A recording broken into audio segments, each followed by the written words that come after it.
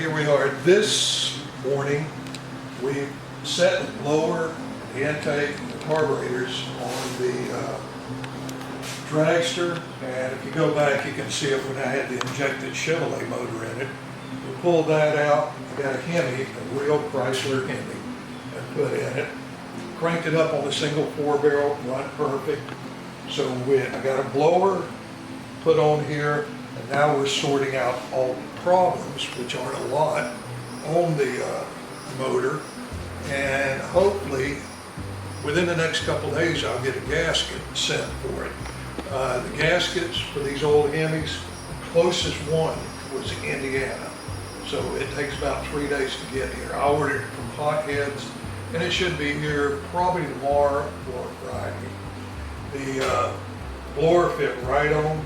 I got a Hotheads intake, which has got individual runners on it, where the YM sits down flat and it looks a little different. I kind of like the way the runners look.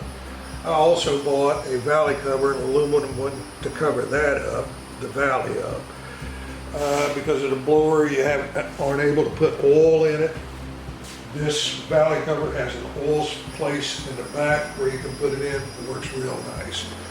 There are a bunch of problems on the front of the motor that I got to figure out once I get it bolted down. One of the problems is the blower belt, and this is the water tank here, and getting the belt clear these hoses, so, and it ain't going to work. So I'm going to take these off and put this on, and all this is going to come off.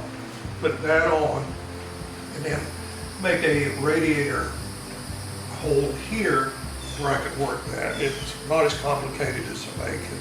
Then I'm going to move this right here around to the back of the head.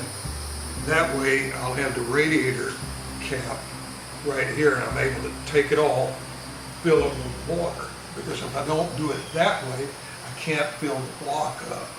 Because if I move this radiator cap, if I use it, I'm only going to be able to fill that maybe to here. This one, moving it back here, it's above the heads, I'll be able to fill it with water. Another problem we ran into, the magneto, normally they're turned around this way, the wires are in the front, but because of the blower, the way it sets, we had to put the mag in backwards. Then we run the wiring this way, backwards.